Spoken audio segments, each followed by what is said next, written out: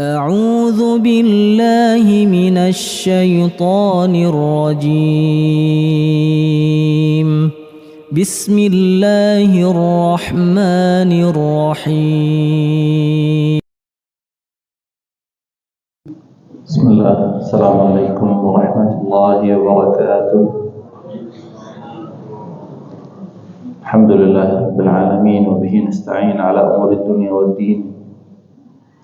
الصلاة والسلام الأتمان الأكملان على سيدنا محمد الصادق الوعد الأمين وعلى آله وصحبه ومن تبعه بإحسان إلى يوم الدين. ثم أما بعد، سبحانك لا علم لنا إلا ما علمتنا إنك أنت العليم الحكيم. اللهم ربنا علمنا ما ينفعنا وانفعنا بما علمتنا وزدنا علما يا كريم.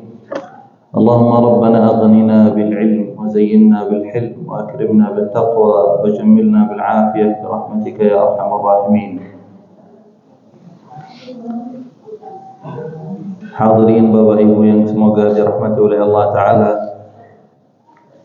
tidak ada kata yang pantas kita bisa ucapkan hanya rasa syukur kepada Allah Jalla wa'ala atas nikmat yang Allah berikan kepada kita, nikmat Islam, nikmat iman, nikmat kita berlangkah menuju ke masjid, nikmat kita bisa menghadiri majlis ilmu, nikmat taufik, nikmat hidayah.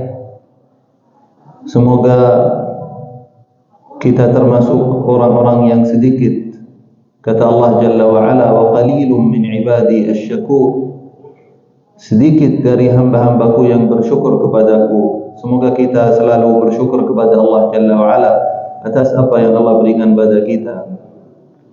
Lalu salawat serta salam kita tidak lupa aturkan kepada Nabi sallallahu alaihi wasallam, pada sahabatnya dan keluarganya dan mengikutinya sampai akhir zaman. Hadirin yang dimuliakan oleh Allah Ta'ala,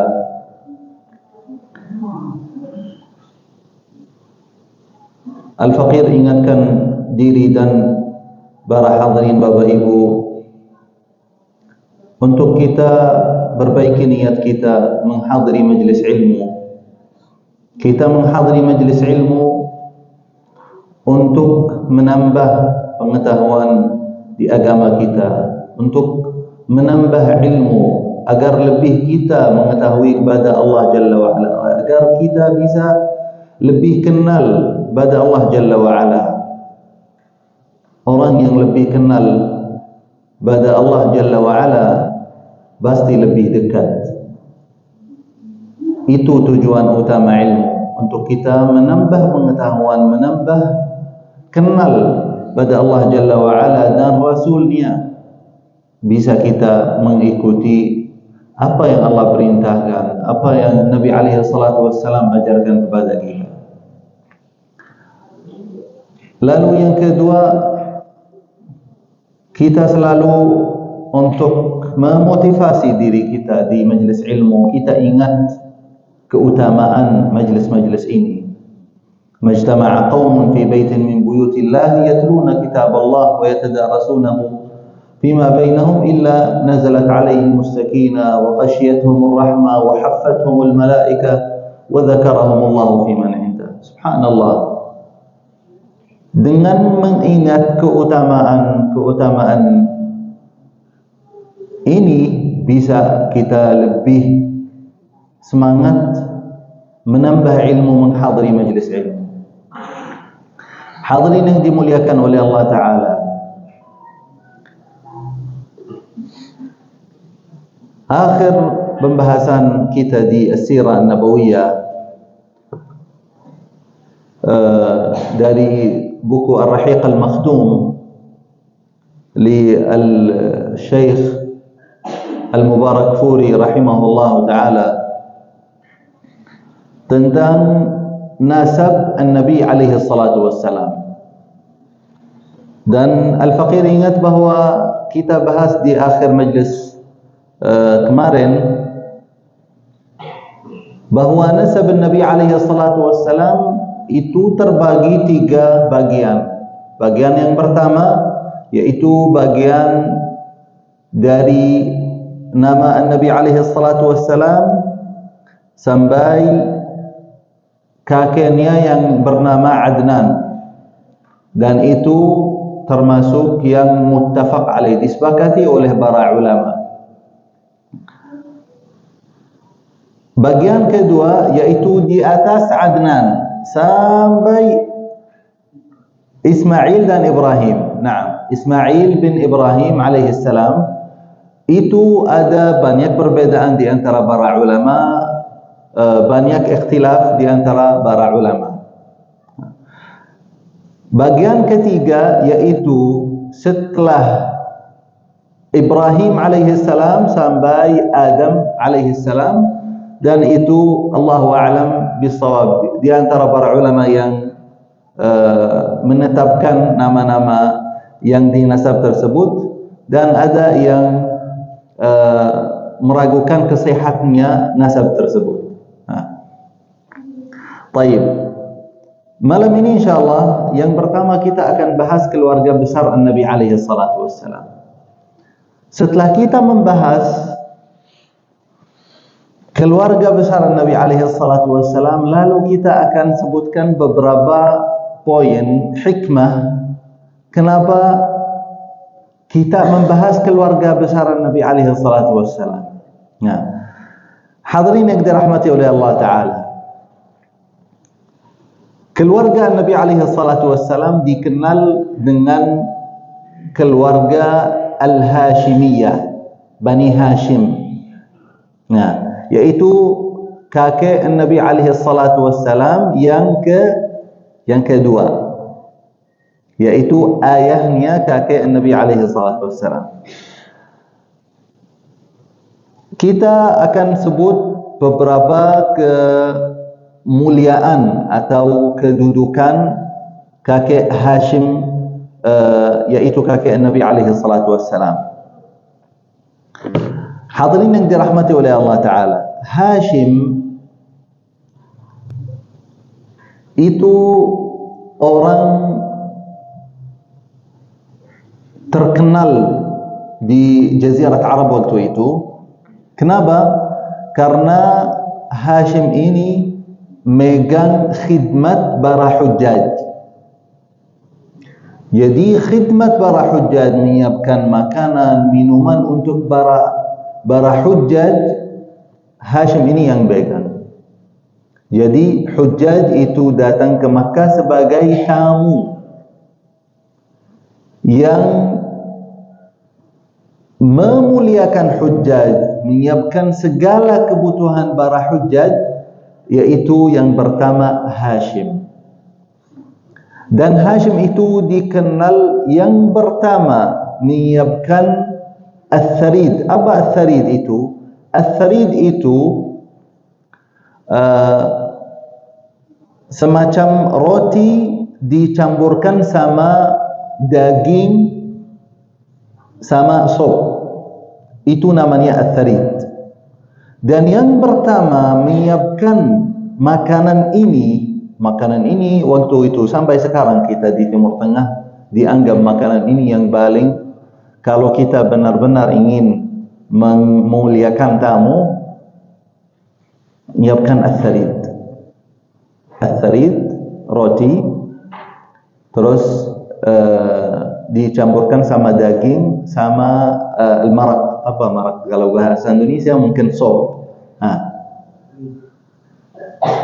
Pasti orang keturunan Arab tahu maraq. Ala kulli hal ini waktu itu tidak ada yang bisa menyiapkan hal ini kecuali orang-orang yang benar-benar punya punya harta yang tidak ada punya lebih dari dia. Di waktu itu Hashim kaya, Allah yaftah alaih, yaitu termasuk kaya raya waktu itu di Makkah, dan mampu untuk berkhidmat untuk para hujjaj dengan sempurna.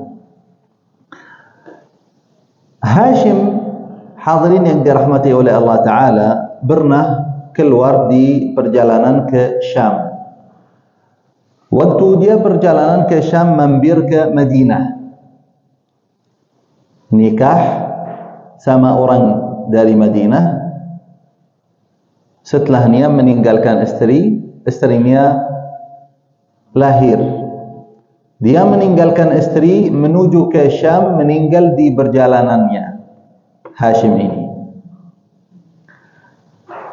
Yang ambil kedudukan Hashim setelah Hashim yaitu adiknya.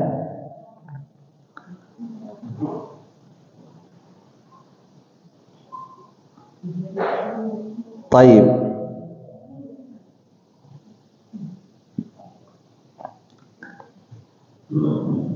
Nama anak yang lahir ini namanya Syaibah. Namanya Syaibah. Terus yang ambil kedudukan Hashim yaitu adiknya namanya Al-Muttalib. Sekarang kita akan tahu kenapa datang nama Abdul Muttalib. Sebenarnya Al-Muttalib ini yaitu salah satu adik Hashim. Hashim ambil kedudukan kakaknya dengan sempurna. Anak yang lahir ini besar di Madinah. Setelahnya Al-Muttalib ini tahu bahwa Hashim nikah di Madinah. Dia berangkat ke Madinah untuk bawa anak kakaknya ke Makkah. Ibunya Syaibah yaitu anaknya Hashim nolak untuk bawa anaknya ke Makkah kecuali untuk dimuliakan seperti ayahnya. Kalau sudah besar, itu yang mewarisi kedudukan ayahnya. Terima oleh Al-Muttalib. Bawa ke Makkah. Setelah Al-Muttalib ini meninggal, siapa yang mewarisi kedudukan Al-Muttalib? Yaitu keponakannya. Waktu Al-Muttalib ini masuk di Makkah, bawa di belakangnya Syaibah yaitu anak Hashim.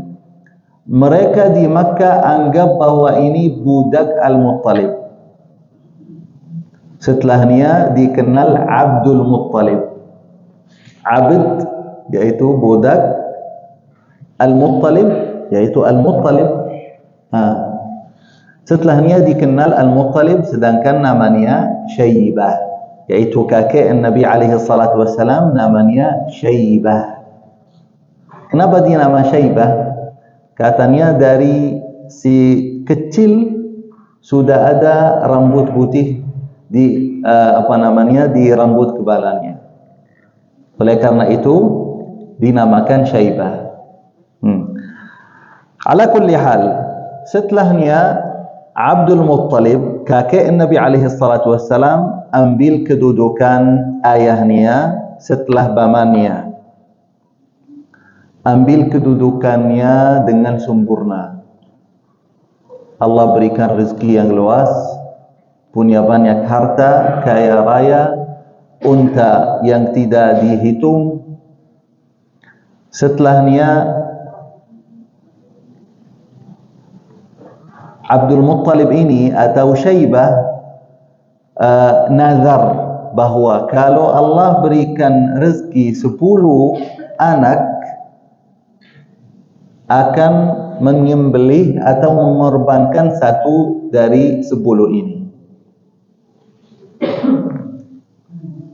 Allah berikan banyak harta, sering memuliakan para hujjaj, mengikuti cara ayahnya. Setelahnya Allah karuniakan 10 anak. Orang-orang di Quraisy tidak lupa nazarnya Abdul Muttalib ini.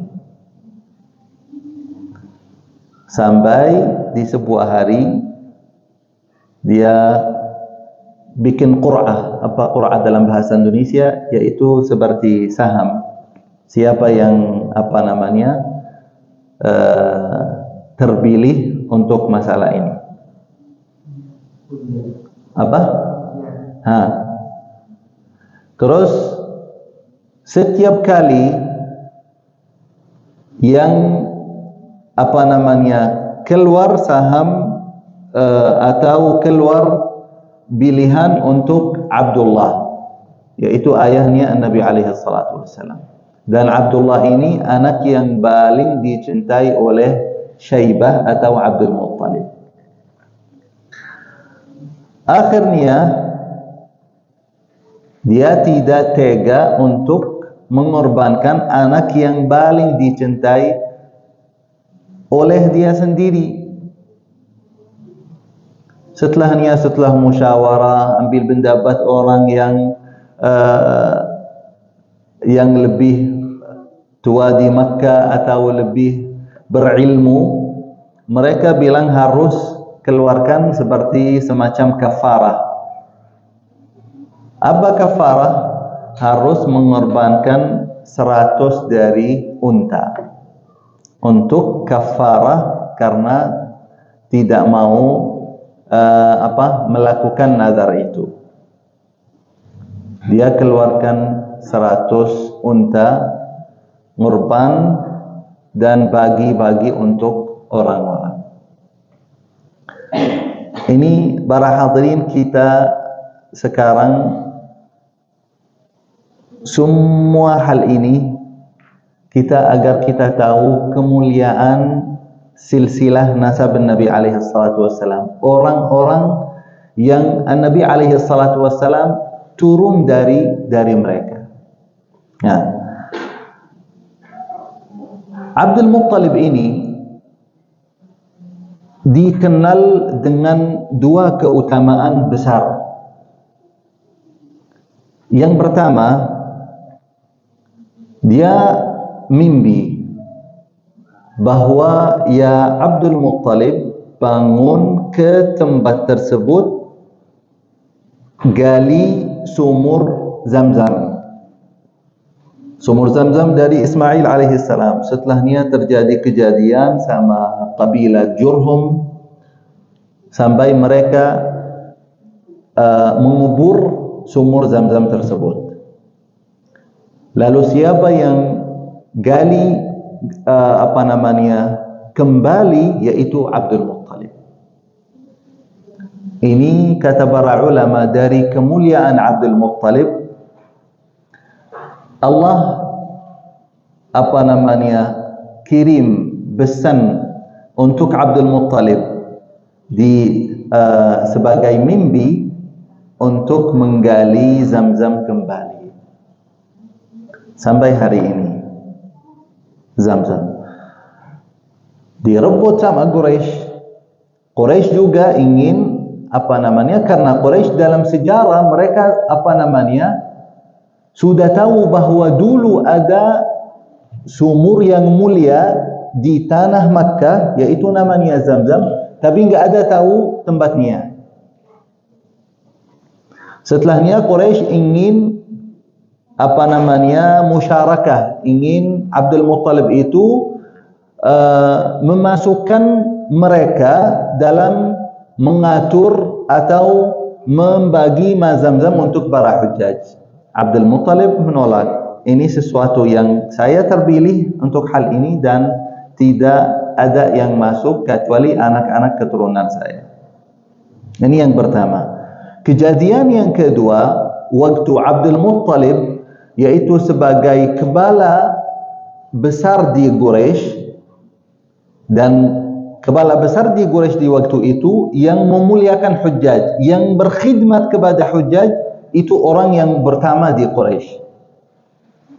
Kejadian kedua yaitu kejadian hadithatul fil yang Allah cerita di Al-Quran, alam tara kaifa fa'ala rabbuka bi ashabil fil. Datanglah Abraha dari Yaman setelah dia membangunkan seperti Ka'bah di Sana'a, terus ingin orang-orang haji ke Sana'a, lalu menuju ke Makkah untuk menghancurkan Al-Ka'bah. Gak ada yang berani menghadapi Abraha karena membawa pasukan yang besar, yang kuat, pakai al-fil. Al-fil bahasa Indonesia apa? Gajah. Okey. Terus lalu Abdul Muttalib berkata sebuah perkata yang terkenal. Kata Abdul Muttalib, "Ana Rabbu ibli walil baiti Rabbun yahmi." Bahwa saya menguasa harta saya, yaitu unta-unta saya, akan tetapi yang akan melindungi Al-Ka'bah ini ada Rabb, ada Allah yang akan melindungi rumahnya sendiri. Setelahnya Allah turunkan Tayrul Ababil. Qala Rabbuna alam tara kaifa fa'ala rabbuka bi ashabil fil alam yaj'al kaydahum fi tadlil wa arsala 'alayhim tayran ababil tarmihim bi hijaratin min sijil faja'alahum ka'asfin ma'kul.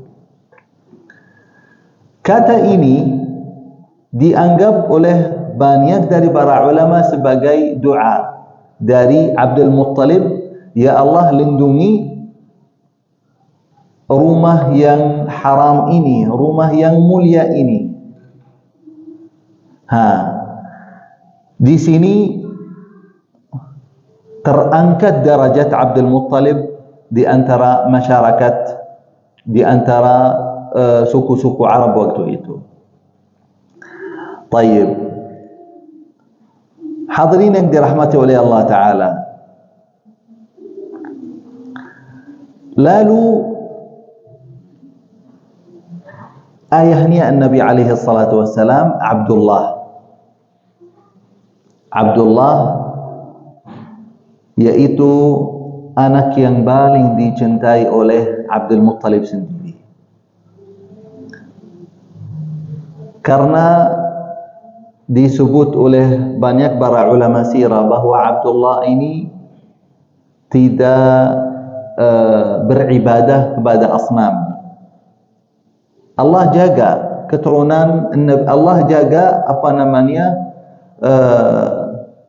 ayah dan kakek Nabi alaihi salatu wassalam tidak beribadah kepada al-asnam.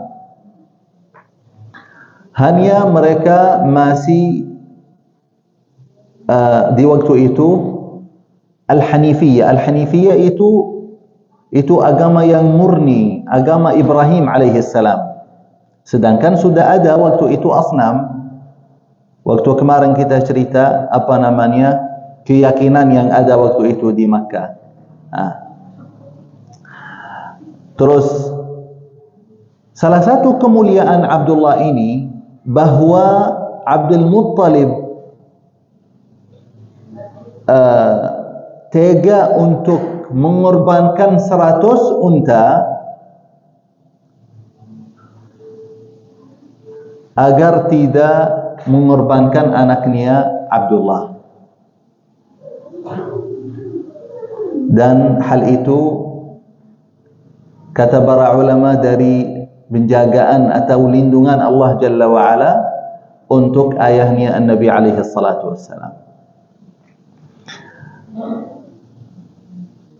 Lalu kemudian Abdul Muttalib milih ibunya Nabi alaihi salatu wassalam, yaitu Aminah bintu Wahab, untuk anaknya Abdullah. Dan Aminah bintu Wahab itu Bani Zuhrah dari Bani An-Najjar.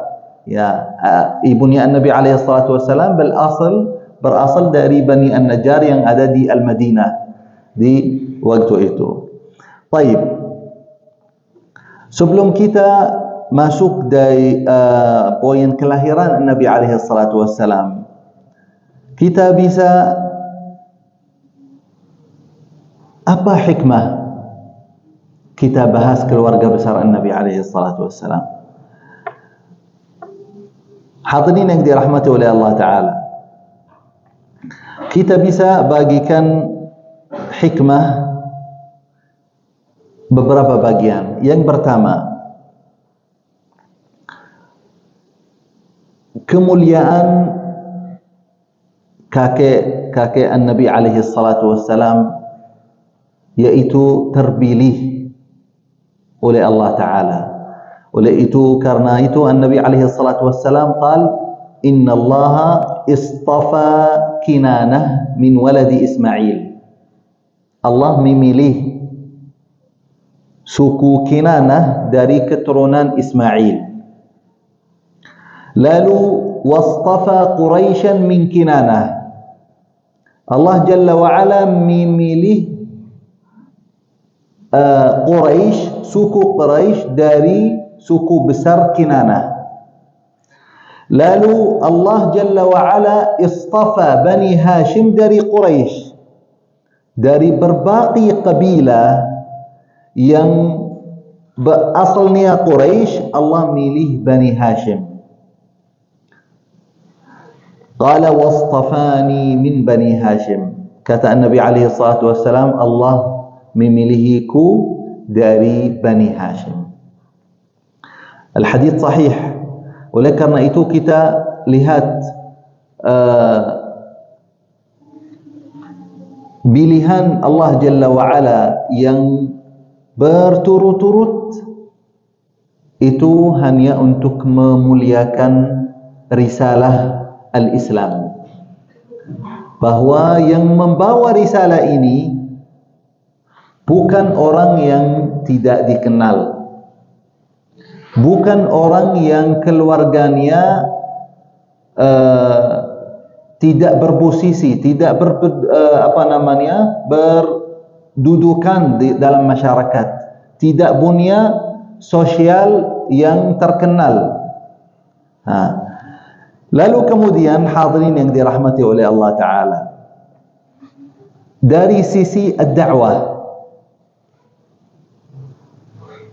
karena orang Arab memuliakan nasab, memuliakan keturunan seorang. Oleh karena itu Nabi alaihi salatu wassalam dari keluarga yang terkenal, dan itu membantu bahwa Quraisy bisa mendengarkan dakwah Nabi alaihi salatu wassalam. Kalau orang tidak berbandang, tidak berposisi, atau keluarganya tidak punya tempat sosial, enggak ada yang akan dengar dakwah Nabi alaihi salatu wassalam, enggak ada yang akan percaya. Dan hal itu membantu dakwah atau dakwah Nabi alaihi salatu wassalam di awalnya bisa tahan. Lalu kemudian dari sisi berlindungan untuk Nabi alaihi salatu wassalam di awal dakwahnya, kita semua tahu bahwa awal dakwah Nabi alaihi salatu wassalam di Makkah, Nabi alaihi salatu wassalam kena gangguan yang luar biasa dari Quraisy, dari kabilah-kabilah. Siapa yang melindungi Nabi alaihi salatu wassalam di awal dakwahnya? Bamannya Abu Talib.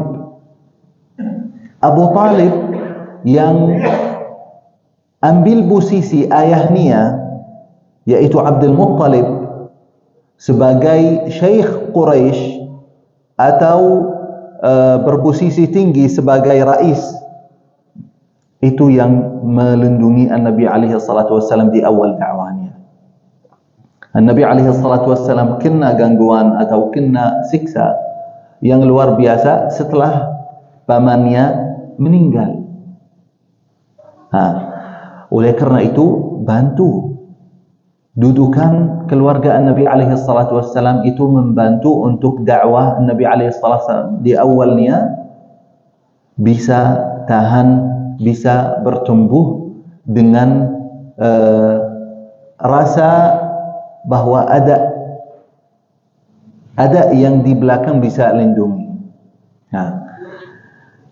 Lalu yang keempat, Allah Jalla wa'ala memberi hikmah dalam pilihan itu, bahwa Nabi alaihi salatu wassalam dari rumah yang mulia, dengan silsilah keturunan yang mulia, yang mereka dapat kemuliaan dengan khidmat para hujjaj, dapat kemuliaan dari sisi keyakinan. Oleh karena itu bisa kita bilang bahawa Nabi alaihi salatu wassalam terpilih atau Allah menyiapkan sebab-sebab lahir batin untuk risalah al-Islam bisa bertumbuh dengan kuat.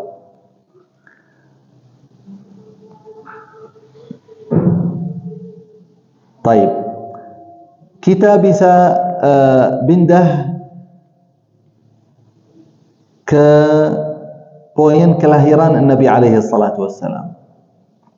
Hadirin yang dirahmati oleh Allah Ta'ala, kita semua tahu bahawa Nabi alaihi salatu wassalam lahir di bulan Rabiul Awal di sabihat Yaumul Itsnain. Akan tetapi tanggal yang 12 Rabiul Awal itu banyak pendapat di antara para ulama. Bahkan perbedaan di antara para ulama lebih banyak di hari atau tanggal kelahiran Nabi alaihi salatu wassalam daripada tanggal wafatnya Nabi alaihi salatu wassalam. Oleh karena itu, kata para ulama, hikmah dari perbedaan ini bahawa kita tidak menentukan bahawa hari ini yang Nabi alaihi salatu wassalam atau tanggal ini yang Nabi alaihi salatu wassalam lahir di tanggal tersebut untuk menjadi kita merayakan tanggal tersebut. Itu hikmah bahawa ada banyak perbedaan di antara para ulama untuk tanggal kelahiran Nabi alaihi salatu wassalam agar kita tidak fokus untuk merayakan tanggal tersebut. Untuk hari Senin, Nabi alaihi salatu wassalam sunnah untuk kita berpuasa. Kata Nabi alaihi salatu wassalam, "Dzaka yaumun wulidtu fihi." Ingin memuliakan Nabi alaihi salatu wassalam, merayakan kelahiran Nabi alaihi salatu wassalam, puasa hari Senin. Enggak ada tanggal yang tertentu. Itu kita yang perlu sadari, yang perlu banyak orang sering ingat. Nah, terus kalau Syekh Abdurrahman Mubarakfuri Safiyuddin atau Safiyur Rahman Al-Mubarakfuri rahimahullah, kata beliau milih pendapat yang bilang tanggal 9 dari bulan Rabiul Awal, dengan catatan bahawa ini tanggal tidak disepakati oleh para ulama. Jadi ada banyak pendapat, ada yang sebutkan 5 pendapat di antara para ulama, ada yang sebutkan 7 pendapat di antara para ulama di tanggal kelahiran Nabi alaihi salatu wassalam. Kalau di tahun Masihi yaitu 571 Masihi. Baik.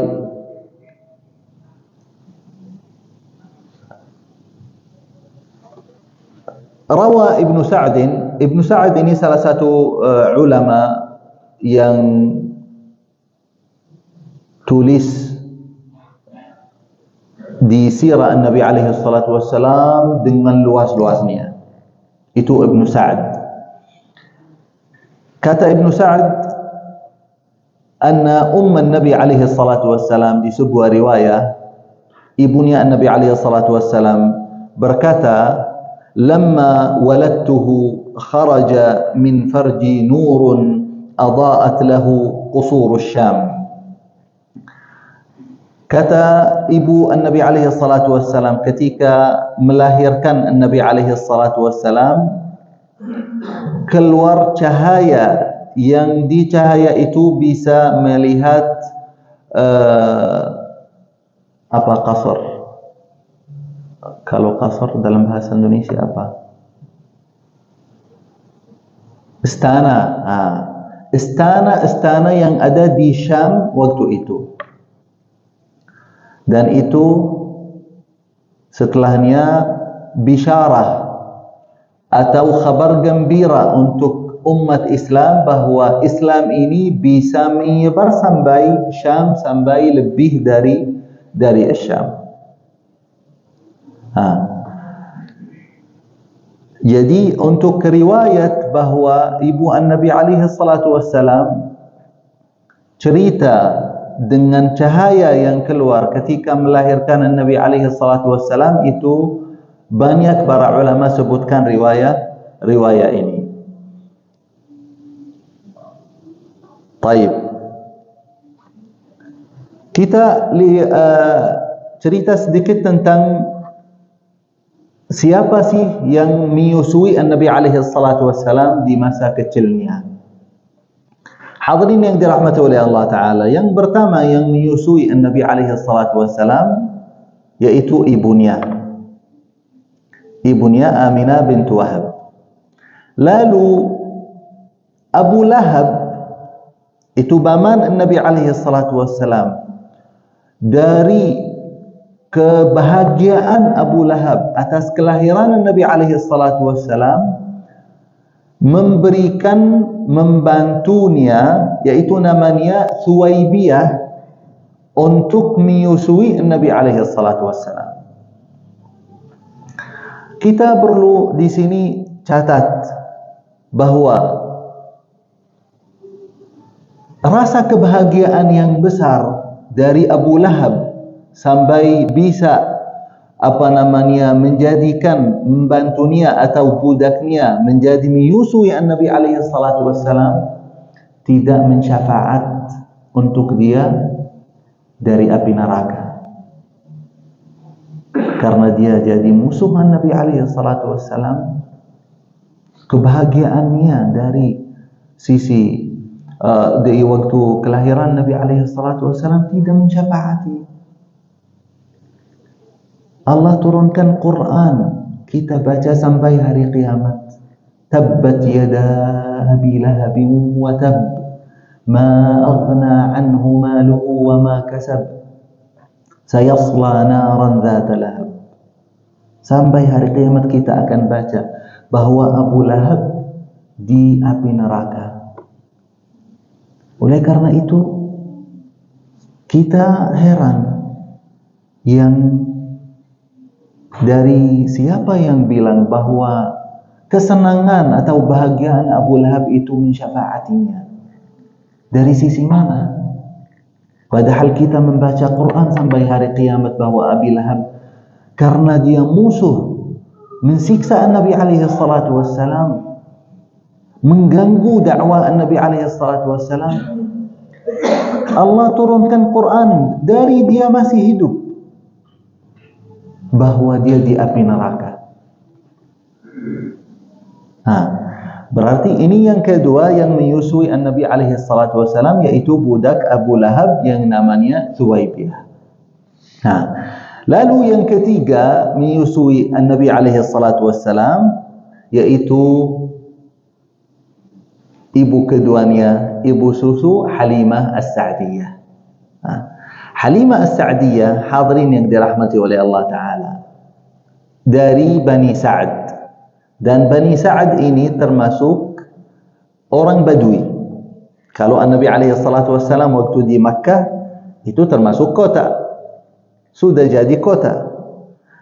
Orang kota, mereka suka anak-anak itu membesar di luar kota agar mereka belajar mandiri, agar mereka belajar kekuatan, segalanya dari manfaat anak itu bisa tumbuh dengan baik di tempat-tempat orang Badui.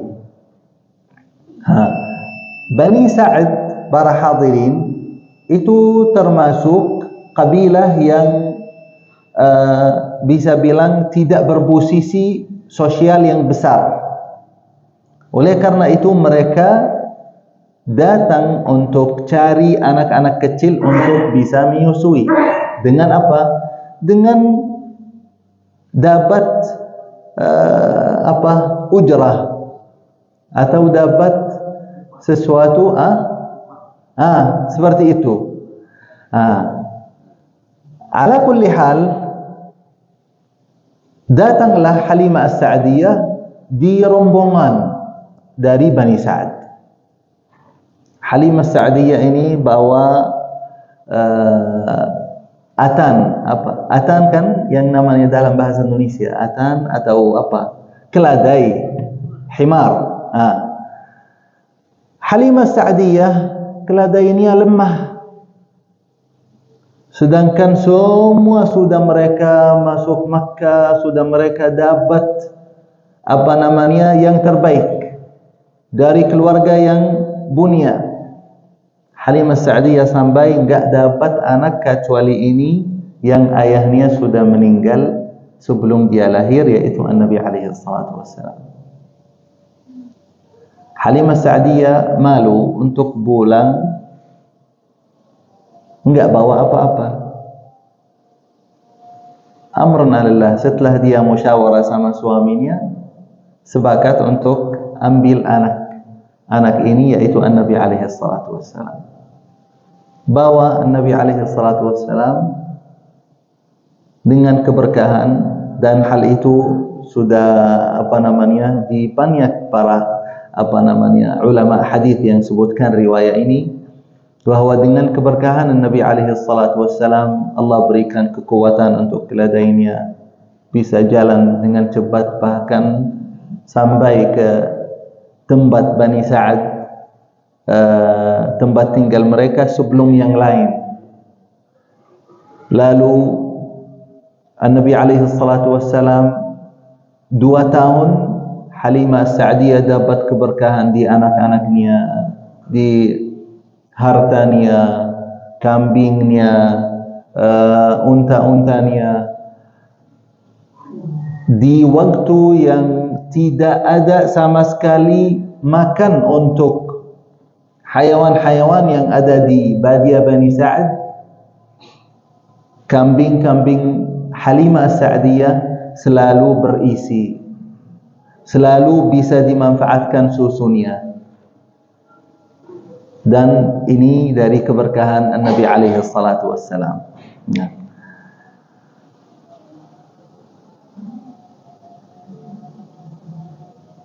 Subhanallah.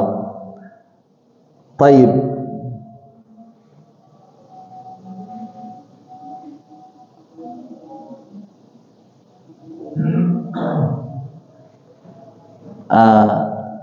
Kita bisa selesaikan poin ini.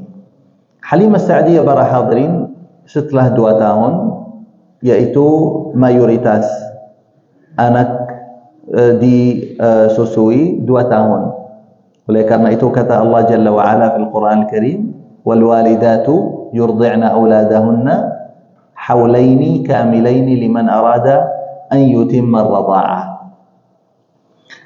Halimah As-Sa'diyah setelah 2 tahun, sesuai bersyaratan, kembalikan Nabi alaihi salatu wassalam ke Makkah dengan membawa harapan bahwa bisa Nabi alaihi salatu wassalam kembali sama Halimah sekali lagi. Halimah As-Sa'diyah bawa Nabi alaihi salatu wassalam ke Makkah dengan menyiapkan berkata yang ingin agar ibunya bisa terima untuk Nabi alaihi salatu wassalam kembali lagi ke tempat tinggal Halimah. Apa yang dicerita oleh Halimah As-Sa'diyah setelah Halimah As-Sa'diyah cerita kemuliaan, keberkahan, banyak kejadian yang menunjukkan bahwa Nabi alaihi salatu wassalam kehidupannya diatur oleh Allah Jalla wa Ala, bahwa Nabi alaihi salatu wassalam Allah selamatkan di banyak keadaan. Halimah As-Sa'diyah cerita Setelahnya kata Halimah As-Sa'diyah, bagaimana kalau diizinkan untuk Muhammad ini kembali lagi ke tempat tinggal saya agar tidak kena penyakit-penyakit yang ada di Makkah. Dan di waktu itu, karena Makkah termasuk kota, itu terkenal dengan sakit atau penyakit-penyakit yang menyebar ke anak-anak kecil.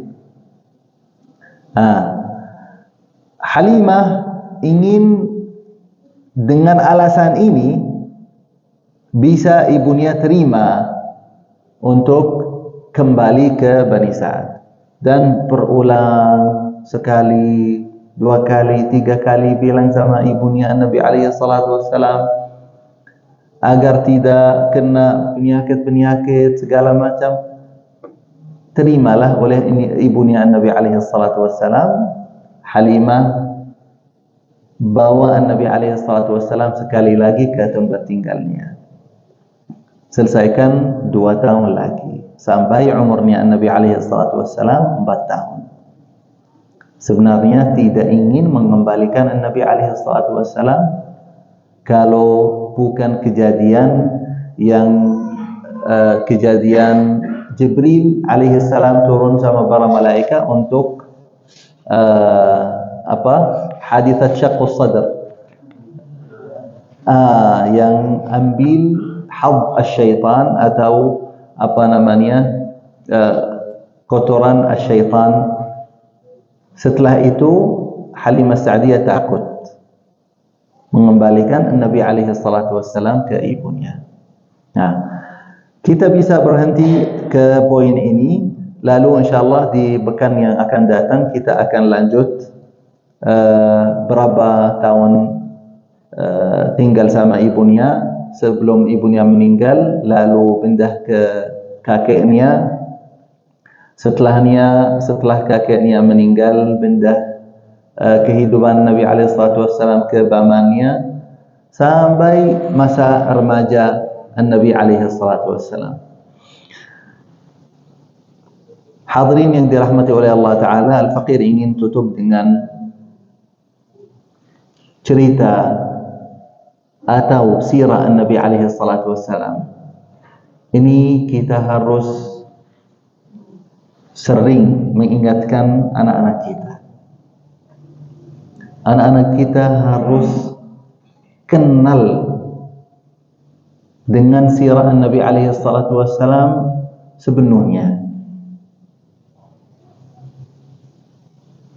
Yang anak rasa sedih,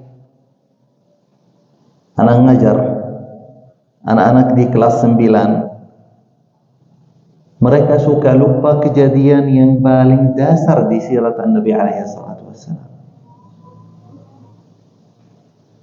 Bagaimana kita ingin membangunkan generasi yang benar-benar membawa dakwah dengan azimah, dengan kekuatan para sahabat sebelumnya, kalau tidak membaca sirah Nabi alaihi salatu wassalam untuk anak-anak kita. Sirah bukan sekadar cerita. Sirah Nabi alaihi salatu wassalam itu mengembalikan kita ke generasi yang terbaik membawa dakwah Islam ini. Semoga Allah berikan yang terbaik untuk kita semua. Semoga apa yang kita bermudarasah malam ini bermanfaat untuk kita semua dunia dan akhirat. Semoga Allah ampuni kita dan orang tua kita dan para ulama kita.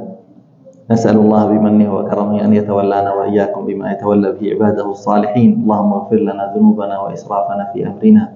Tsabbit aqdamana wa ansurna 'alal qaumil kafirin. Allahumma ighfir lana wa liwalidina wa limashayikhina wa mu'allimina wa liman ahsana ilayna. Allahumma ighfir lana wa lil muslimin wal muslimat wal mu'minin wal mu'minat al ahya'i minhum wal amwat.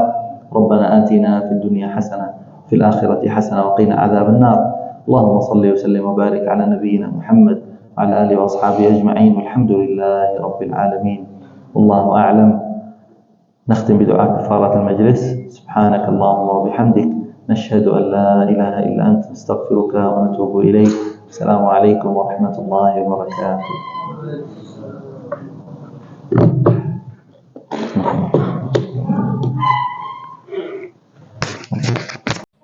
لئن شكرتم لأزيدنكم